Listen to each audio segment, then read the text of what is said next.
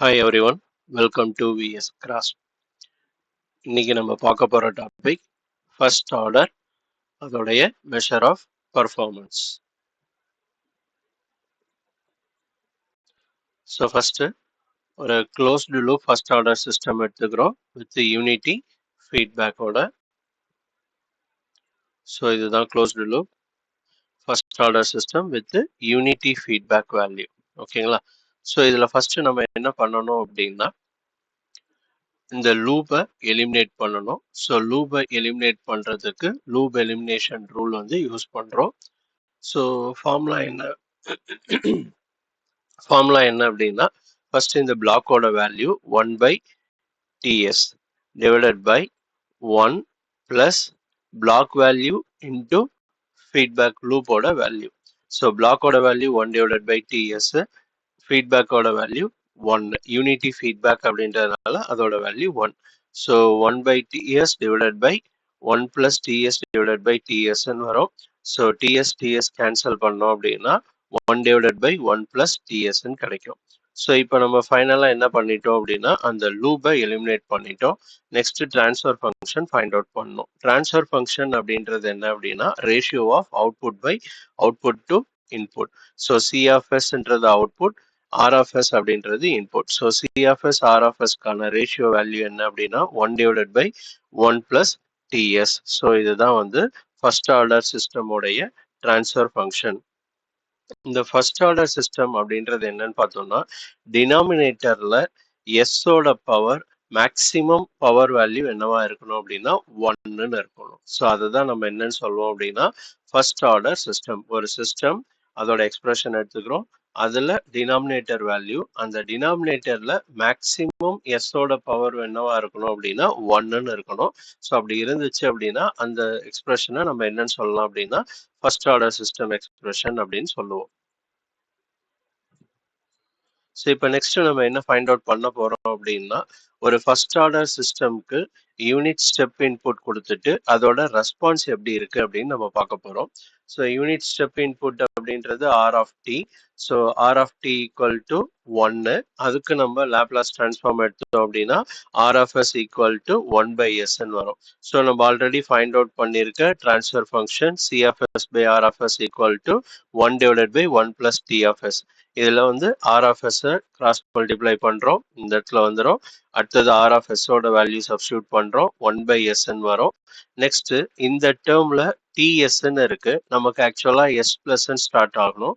அதனால இந்த டீயை ரிமூவ் பண்றதுக்கோசரம் நம்ம என்ன பண்றோம் அப்படின்னா டீயை வெளியில எடுக்கிறோம். ஓகேங்களா? ஸோ டி வெளியில எடுத்ததுக்கு அப்புறம் இந்த டேர்மும் எஸ் இன்டூ அப்படின்னு ஆரம்பிக்கணும். அதனால இந்த எக்ஸ்ட்ரா இருக்கிற டீயை கேன்சல் பண்றதுக்கோசரம் நம்ம என்ன பண்றோம் அப்படின்னா போத் நியூமரேட்டர் அண்ட் டினாமினேட்டர்னால 1/t நம்ம மல்டிப்ளை பண்றோம்.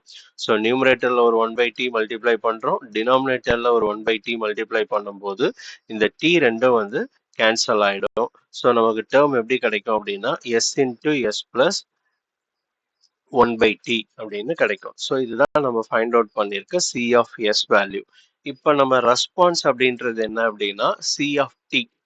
ஸோ அப்போ இந்த சி ஆஃப் எஸ்ஸுக்கு இன்வர்ஸ் லேப்லாஸ் டிரான்ஸ்ஃபார்ம் எடுத்தோம் அப்படின்னா நமக்கு சி ஆஃப் டி அதாவது ரெஸ்பான்ஸ் கிடைச்சிரும். பட் டைரக்டா இப்படியே எடுக்க முடியுமா, இன்வர்ஸ் லேப்லாஸ் டிரான்ஸ்ஃபார்ம் எடுக்க முடியுமா அப்படின்னா இப்போ இருக்கிற சி ஆஃப் எஸ் எக்ஸ்பிரஷனுக்கு இன்வர்ஸ் லேப்லாஸ் டிரான்ஸ்ஃபார்ம் எடுக்கிறது கொஞ்சம் டிஃபிகல்ட்டா இருக்கும். அப்ப என்ன பண்ணலாம் அப்படின்னா இப்போ நமக்கு கிடைச்சிருக்க சி ஆஃப் எஸ்ஸுக்கு பார்ஷியல் ஃப்ராக்ஷன் அப்ளை பண்ணதுக்கு அப்புறம் இன்வர்ஸ் லேப்லாஸ் டிரான்ஸ்ஃபார்ம் அப்ளை பண்ணோம் அப்படின்னா கொஞ்சம் ஈஸியா இருக்கும். ஸோ அதனால நம்ம என்ன பண்றோம் அப்படின்னா ஃபர்ஸ்ட் பார்ஷியல் ஃப்ராக்ஷன் வந்து அப்ளை பண்றோம். ஸோ நம்ம ஆல்ரெடி இதுதான் ஃபைண்ட் அவுட் பண்ணியிருக்கோம் சி ஆஃப் எஸ். அதை பார்ஷியல் ஃப்ராக்ஷன் படி A divided by S plus B divided by S plus 1/tன்னு எடுத்துக்கிறோம். நெக்ஸ்ட் இந்த வேல்யூவை கிராஸ் மல்டிப்ளை பண்றோம். ஓகேங்களா? இந்த வேல்யூவை இங்கே கிராஸ் மல்டிப்ளை பண்றோம். ஸோ இந்த எக்ஸ்பிரஷன் நமக்கு கிடைக்கும். இதுல எஸ்ஸும் எஸ்ஸும் கேன்சல் ஆயிடும். செகண்ட் டேர்ம்ல எஸ் பிளஸ் 1/tயும் எஸ் பிளஸ் 1/tயும் கேன்சல் ஆயிடும். அண்ட் ஃபைனலா நமக்கு என்ன எக்ஸ்பிரஷன் கிடைக்கும் அப்படின்னா இந்த எக்ஸ்பிரஷன் தான் வந்து நமக்கு ஃபைனலா கிடைக்குது. இப்போ இதுல இருந்து நம்ம ஏவும் பியும் ஃபைண்ட் அவுட் பண்ணோம். இந்த எக்ஸ்பிரஷன்ல எஸ் ஈக்குவல் டு 0ன்னு சப்ஸ்டியூட் பண்ணோம் அப்படின்னா பி வேல்யூ 0 ஆயிடும். ஸோ நமக்கு ஏ கிடைச்சிடும். ஏவோட வேல்யூ என்ன 1. அதே மாதிரி இதே எக்ஸ்பிரஷன்ல இந்த இடத்துல s equal to minus 1 by t அப்படின்னு சப்ஸ்டியூட் பண்ணோம் அப்படின்னா a ஓட வேல்யூ 0 ஆயிடும். நமக்கு என்ன கிடைக்கும் அப்படின்னா b கிடைக்கும். ஸோ அதான் இங்க பண்ணியிருக்கோம். s க்கு பதிலாக minus 1 by t சப்ஸ்டியூட் பண்ணோம்னா minus 1 by t plus 1 by t 0.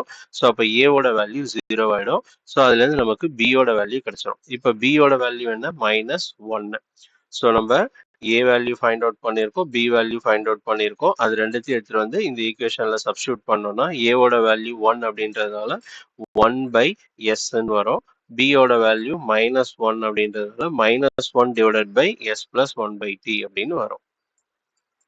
So partial fraction apply பண்ணதுக்கு அப்புறம் நமக்கு கிடைக்கிற சி ஆஃப் எஸ் ஈக்குவேஷன் இதுதான். C of S equal to 1 by s minus 1 divided by s plus 1 by t.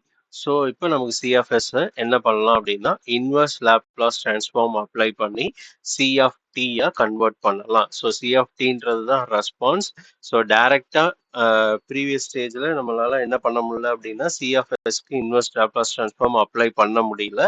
அதனால நம்ம என்ன பண்றோம் அப்படின்னா பார்ஷியல் ஃப்ராக்ஷன் அப்ளை பண்ணி அந்த டினாமினேட்டரை வந்து ஸ்ப்ளிட் பண்ணி அதுக்கப்புறமா நம்ம என்ன பண்றோம் அப்படின்னா இன்வர்ஸ் லாப்லாஸ் டிரான்ஸ்ஃபார்ம் அப்ளை பண்றோம்.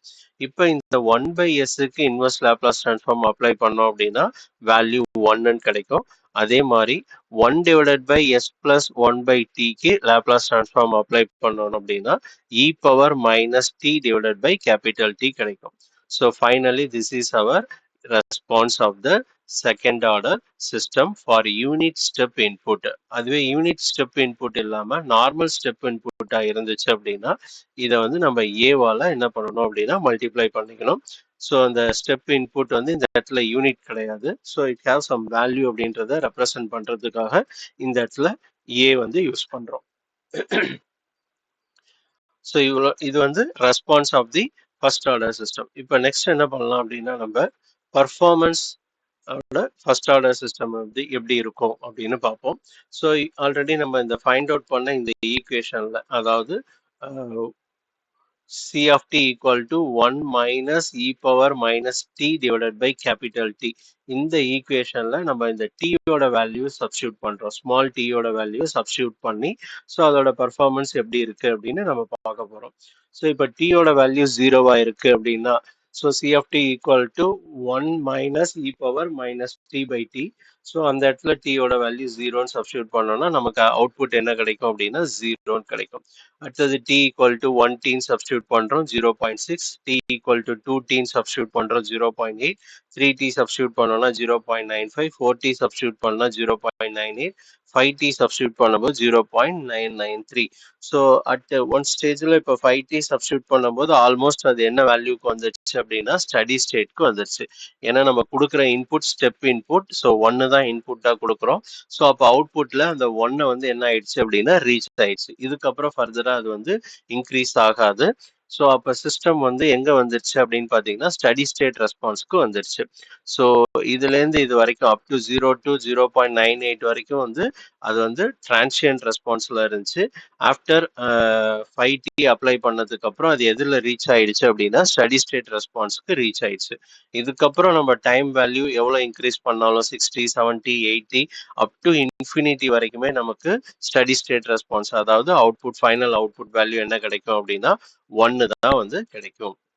ஸோ இதுதான் வந்து measure of performance of standard first order system. So அதோட வேவ் ஃபார்ம் கர்வ் பார்த்துருவோம்.